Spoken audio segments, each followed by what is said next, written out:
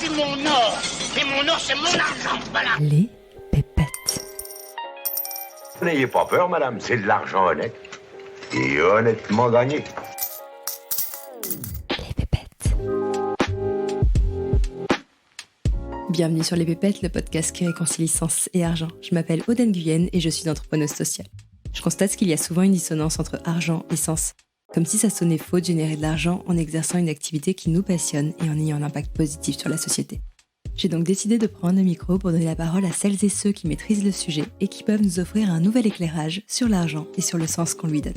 Et si après ça vous voulez encore plus de pépettes, retrouvez-moi sur Instagram, les Pépettes Podcast, où je serai ravie de papoter avec vous et d'approfondir les sujets qu'on aborde ici. Pourquoi c'est essentiel, selon toi, de reprendre en main ses finances ? Parce que aujourd'hui, la finance, l'argent, etc., en France, c'est connoté, et puis chacun peut avoir sa propre interprétation de ça. C'est bien, c'est mal, c'est la raison pour laquelle je travaille. Moi, en fait, s'éclairer financièrement, pour moi, c'est essentiel pour repositionner l'argent, cette énergie de l'argent, les finances, à son juste niveau. Et qui, pour moi, est un outil au service de ses projets de vie. Ce n'est que ça, en fait. L'argent, la monnaie, c'est une invention en fait, c'est une invention humaine. En soi, ça n'a pas de valeur, c'est des bouts de papier ou c'est des mouvements électroniques, c'est des chiffres, mais c'est aussi de la sueur stockée quoi. C'est aussi du travail qui a été fait, qu'on stocke sous forme d'argent, et ça, cette valeur-là, elle peut recirculer. Et le rôle de la finance, c'est ça, c'est de pouvoir la faire recirculer vers des endroits, vers des entreprises, vers des secteurs qui en ont besoin aujourd'hui. Et l'investissement, c'est ça. L'investissement, c'est de pouvoir utiliser ces capacités-là pour pouvoir financer des choses et pour pouvoir, à la fois pour nous, en tant qu'individus, financer ces projets de vie, notre futur, notre avenir, et à la fois répondre aux grands enjeux du siècle. On parle beaucoup de ce modèle de transition dans lequel on est en plein dedans. Parfois, on comprend pas cette transition écologique, d'aller vers une économie plus décarbonée, etc. Tout ça, ça nécessite en fait de financer cette transition. Et dans le financement de cette transition, il est nécessaire de rediriger les flux. Mais au-delà de ça, je le ramène énormément à l'individu, parce que ça, c'est plus les enjeux auxquels on fait face dans la globalité et que le monde entier fait face. Mais au niveau de l'individu tel que nous sommes chacun, là, l'argent doit se mettre au service de ses projets de vie. Et s'éclairer sur son argent, ça permet de décider, de reprendre le pouvoir et de pouvoir l'aligner avec ce qui est important pour nous. Très souvent, dans la question de ces finances, c'est souvent un poids, en fait, pour les gens.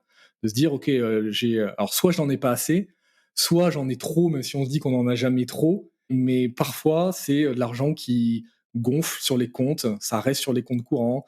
On arrive jusqu'au plafond du livret A, on arrive jusqu'au plafond du LDD, puis on commence à mettre sur le fonds en euros. On a une approche très sécurisée en France de l'investissement, et c'est un peu propre aussi à notre système en France. Tout ça, les fonds en euros, par exemple, n'existent pas dans d'autres pays, cette approche très sécurisée de l'épargne.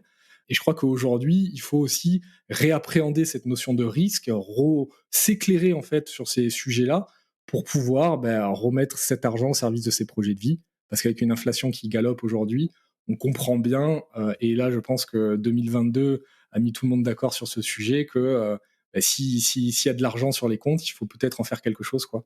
Et il faut peut-être le rediriger vers d'autres supports sur lesquels on n'a pas l'habitude d'aller ou on a peur d'aller. Et je crois que la connaissance, l'éducation est une des clés pour pouvoir passer à l'action. Moi, ce que j'essaye de faire avec ce podcast, c'est justement d'amener des gens qui ne s'intéressent pas à ce sujet à s'y intéresser. Et souvent, j'observe que les personnes qui, justement, ont des valeurs, ont des convictions fortes, sont aussi celles qui se désintéressent le plus de l'argent. Et ces personnes vont aussi avoir tendance à diaboliser l'argent, à dire que l'argent c'est mal, c'est la cause des problèmes dans le monde, l'argent est au cœur d'un système capitaliste dans lequel les inégalités économiques se creusent, donc c'est très facile d'en venir à la conclusion que plus je m'enrichis et plus je participe à l'accroissement des inégalités. Et quand on se fait cette réflexion, forcément on peut ressentir que de la culpabilité à vouloir gagner de l'argent. Est-ce que c'est ce qui se passe réellement ? Comment toi tu vois les choses ? Je vois les choses avec un peu plus de hauteur. C'est-à-dire qu'en soi, quand il y a quelque chose qui est nommé comme ça, on ne peut pas dire c'est vrai, c'est juste, c'est de l'ordre de la conviction, de la perception. Donc moi, je peux partager ma perception, qui n'est pas la réalité, mais comme personne n'a la réalité, chacun peut partager ses perceptions.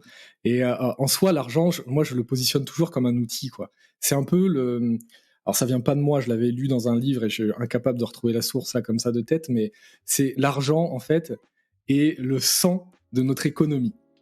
Donc le questionnement, il n'est pas nécessairement sur l'argent, le questionnement, il peut plutôt être sur notre système économique, quoi. Je peux concevoir qu'aujourd'hui, les règles du jeu de notre système économique ne conviennent pas à tous.